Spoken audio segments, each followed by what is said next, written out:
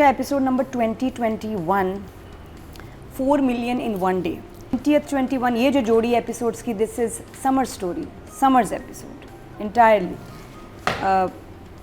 बहुत difficult scenes, summer में बड़े इंटेंस सीन्स बहुत कमाल तरीके से किए।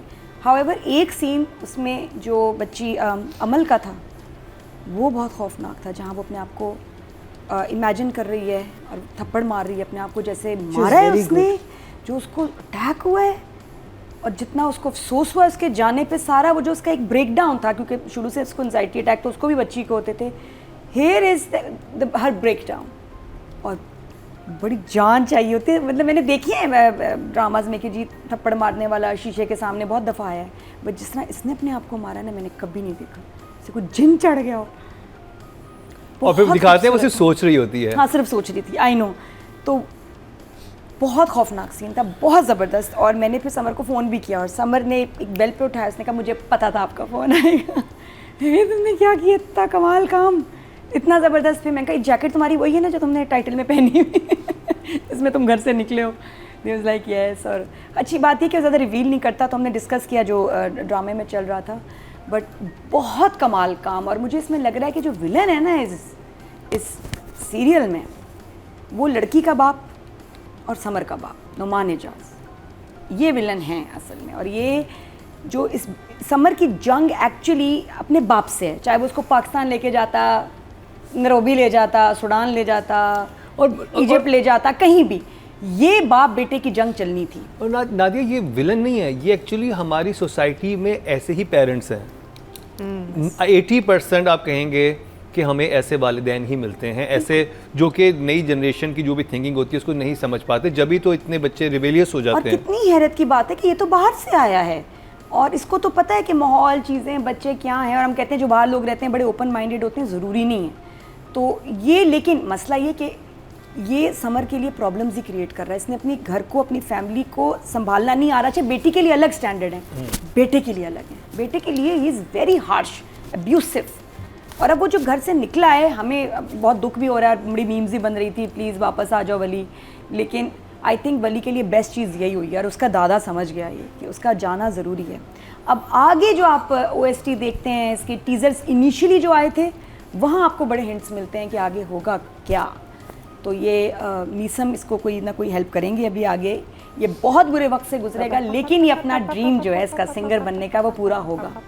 एक लाइन है जो मैं भी देख रही थी, जो नुमान एजाज आगे जाके कहता है वहशत वाली आंखों के साथ कि डर गया, एक बाप अपने बेटे से डर गया। तो अभी समर ने अपने बाप को डराना है, वो अभी स्टेज आएगी।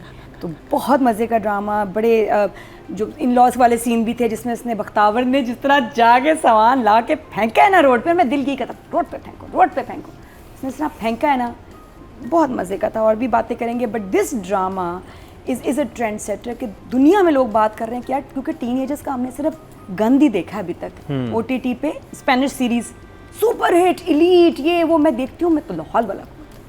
फिर कुछ और देखते हैं, जब भी मैं देखती हूँ इंडिया की सीरीज़ देखती हूँ, मैच में टीनेज ड्रामे जब भी दिखाए जाते हैं ओवरली लाइक वो सेक्सुअलाइज हुए हुए होते हैं, या फिर ड्रग्स होती हैं उसके अंदर, दैट्स इट। ये दो टॉपिक होते हैं जिसमें कुछ हमारे यहाँ नहीं, जो OTT प्लेटफॉर्म पे आपको नजर आ रहा है, नेटफ्लिक्स की आप सीरीज देख लें, मतलब अच्छे कोरियन वन मैंने नहीं देखे। अच्छा, इंडिया में जो बन रहे हैं ना, जो उनके मिसमैच टाइप, वो इतने वहियात हैं कि उसमें तो बच्चों को इतना आज़ाद और अजीब सा दिखाया गया है क्या। और माँ बाप तो देख ही नहीं सकते, बच्चे फिर अकेले ही देखते हैं अपने फ़ोन पे, माँ बाप नहीं देख सकते। ये ट्रेंड सेटर है कि जेन ज़ी और आपके यंगस्टर्स का एक ऐसा ड्रामा जो बड़े भी इतने शौक से देख रहे हैं, तो this has set up a new trend. ये परवरिश हर जगह देखा जा रहा है, डिस्कस किया जा रहा है, एंड इट्स अमेजिंग। रेवोल्यूशन आई है मुझे लगता है मीडिया में। सो एन इनक्रेडिबल कार्ड ही दे देते हैं, वो कह रहा है कि डेबिट कार्ड ऐसे एक दो दिन तो निकालो। हाँ, बट बहुत अच्छा था कि जो उसने पैसे दिए और उसने कहा कि इन टच रहना, फ़ोन भी दिया अपना। फिर मैं जहन में था चार्जर क्यों नहीं दिया, चार्जर का क्या करेगा। मैंने कहा चार्जर लेकर 4000 तो चार्जर आ जाएगा, 6000 बच गए, वो 1000 रक्शे में नहीं, सस्ता वाला मिल जाता 1000 तक। हिसाब किताब शुरू ना, बजटिंग तो। लेकिन बहुत प्यारे, जब ये निकला है ना घर से, एक तो वो निकलने वाला, और फिर सवेरा नदीम का रिएक्शन, जैसे उसके हाथ खाली रह गए, वाज ब्यूटीफुल। और फिर समर का जो जिस तरह वो रोड पे बैठ के रोया है ना, बहुत खूबसूरत लग नहीं रहा था कि यार ये मतलब कोई इतना एक्सपीरियंस, इतना पुराना एक्टर तो है नहीं, इतने पक्के प्यारे एक्सप्रेशंस, बहुत हसीन था। और फिर उसका वो जो आए हैं 2 ख्वाजा सरा वहाँ आपको वही थोड़ा सा लाइट मोमेंट आ जाता है। माया के जो फादर का हंगामा था वो मैं एक्सपेक्ट नहीं कर रही थी। मैं समझी कि ये जाएगा और रिश्ते की बात करेगा सारा ये वो, तो जो उसने फिर मैंने वही सोचा कि नहीं उसने प्रेशर डालकर रिश्ता करना है, वरना इन लोगों का तो आपस में मुकाबला है नहीं, मतलब स्टेटस वाइज तो शायद नहीं मिलते।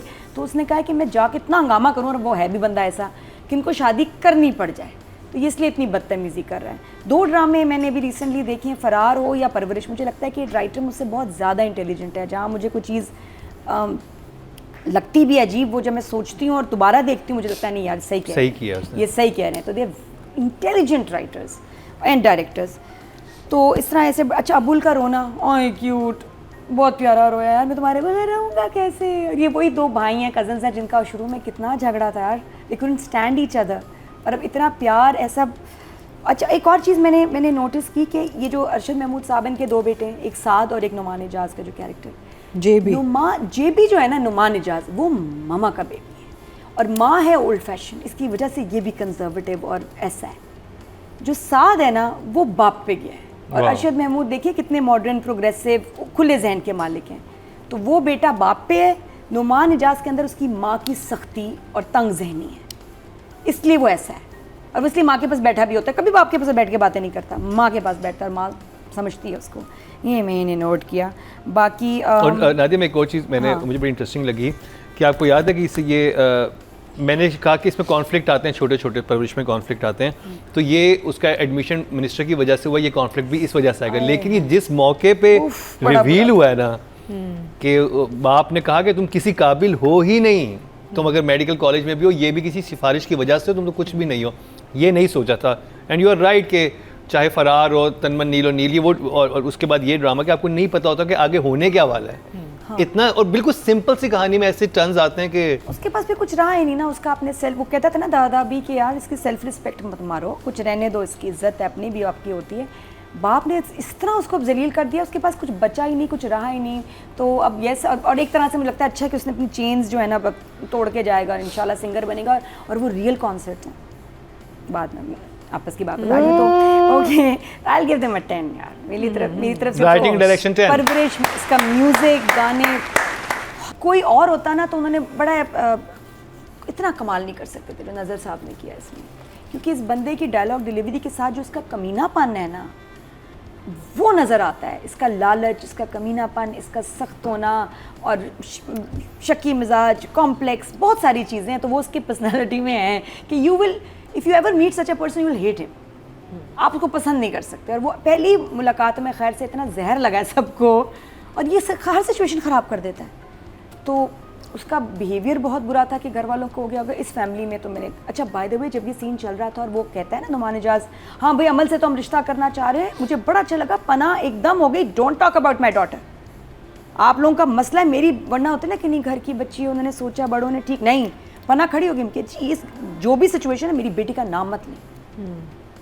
अदरवाइज पना बिल्कुल बात नहीं करती। मुझे बहुत अच्छा लगा और अच्छा कि मुझे पता कोई नहीं, कोई बात नहीं है, मेरी बेटी का नाम क्यों लिया आप लोगों ने। तो नज़र साहब की पिछले एपिसोड में भी बहुत कमाल परफॉर्मेंस थी, इधर भी।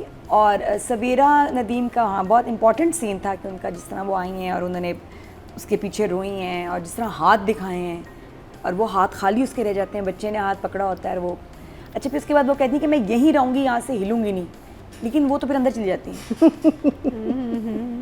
आई नोटिस दैट, है ना, मुझे वो समझ नहीं आई लाइन।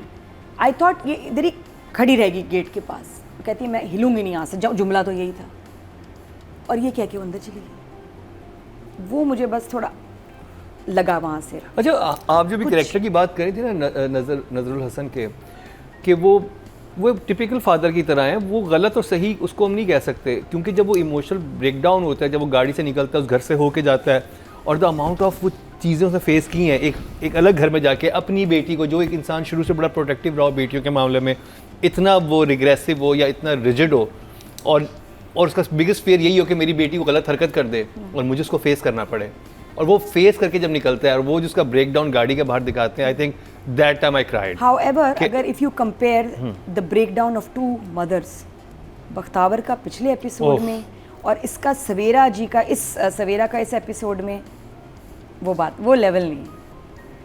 एंड आई विल, क्योंकि मैं आई वाज सुपर इम्प्रेस्ड कि एक सीन में जिस तरह उन्होंने किया, I was blown away. Bakhtawar ने जैसे बख्तावर जी ने किया ब्लोन अवे। उसके मुकाबले में सवेरा का सीन इतना पावरफुल नहीं था। आई थिंक डायलॉग्स भी थे, डायलॉग्स भी, और उनकी पर्सनैलिटी देखिए। बख्तावर उसने देखो मियां को कैसे हाथ लगा के अपना गुस्सा जो दिखाया, the body language, the dialogues, वो एक लेवल थी, वो लेवल था। लेकिन उसमें आप एक चीज नोट करेंगे कि उनका बहुत अरसे से भरा हुआ था बख्तावर का। तो इसका नहीं भरा हुआ। ये तो बात करती रहती है, ये तो हस्बैंड से लड़ती रहती है। नहीं, ये भी भरी हुई है। अभी उसने जॉब शुरू की है, नोमान एजाज ने इसको बिल्कुल सपोर्ट नहीं किया, ये इसको यूएस से लेके आया बगैर इसकी मर्जी के। ये मुझे लगता है कि बख्तावर से ज्यादा भरी हुई थी, क्योंकि इसका पीछे से चल रहा है और वो हमें नहीं नजर आया इतना ज्यादा इसका जो ब्रेक डाउन। देखिए नजर जिस कमाश का इंसान दिखाया इस ड्रामे में, वो तो बहुत ही अजीब इंसान है। वो तो यूं ये क्या हर बात में नुमान जैसा बहुत सुलझा हुआ है। वो तो बेगम की बात भी सुनते हैं। बात वो है कि everybody is talking about Bakhtawar ji's performance break down. This was Savera's moment, और ये वैसा डिस्कस नहीं हो रहा है जैसे होना चाहिए था। ये इतना पावरफुल सीन नहीं था। इसमें मैं राइटर को भी कहूँगी थोड़ा सा कि या लिखा हुआ इतना स्ट्रांग नहीं था तो ये दोनों इतने कमाल एक्टर्स हैं, इसको बहुत पावरफुल बना सकते थे, उतना नहीं बना। टू बी ऑनेस्ट, मुझे रोना ही नहीं आया जब वो गया है। तो मैं सवेरा को देखा, मुझे I felt sad but I did not cry. And जो बख्तावर को आपने देखा था, मैं पागल हो गई थी। तो मैं शो पे रोई हूँ लास्ट एपिसोड, तो वहाँ तो अलग रोई हूँ, अलीज़ा अलग रोई है, 3 दफ़ा देख के हम रोए हैं। वो नहीं थी मेरी फीलिंग, सॉरी, वो वाला रिएक्शन नहीं था। बहुत अच्छा था, या तो पता, मुझे नहीं पता सीन की कमजोरी थी, डायरेक्शन, मेरा ख्याल है कि या जिस तरह वो मेरे ख्याल में जिस तरह सीन बना है ना, कि जो परफॉर्मेंस ने मुझे कुछ ऐसा हिलाया नहीं, क्योंकि बेटा गया उसका, छोड़ के गया, उसको निकाल दिया, he has nowhere to go, he doesn't know anyone, बहुत ज़्यादा। और उसको जो भी नुमान एजाज से जो फिर उसका था ना confrontation, should have been more powerful. Same शिकायत वाली, तुम्हारी वजह से ये वो लगा है, वो हिट नहीं किया इतना सा। तो I give Savera an 8 and Nazar साहब के तो 10।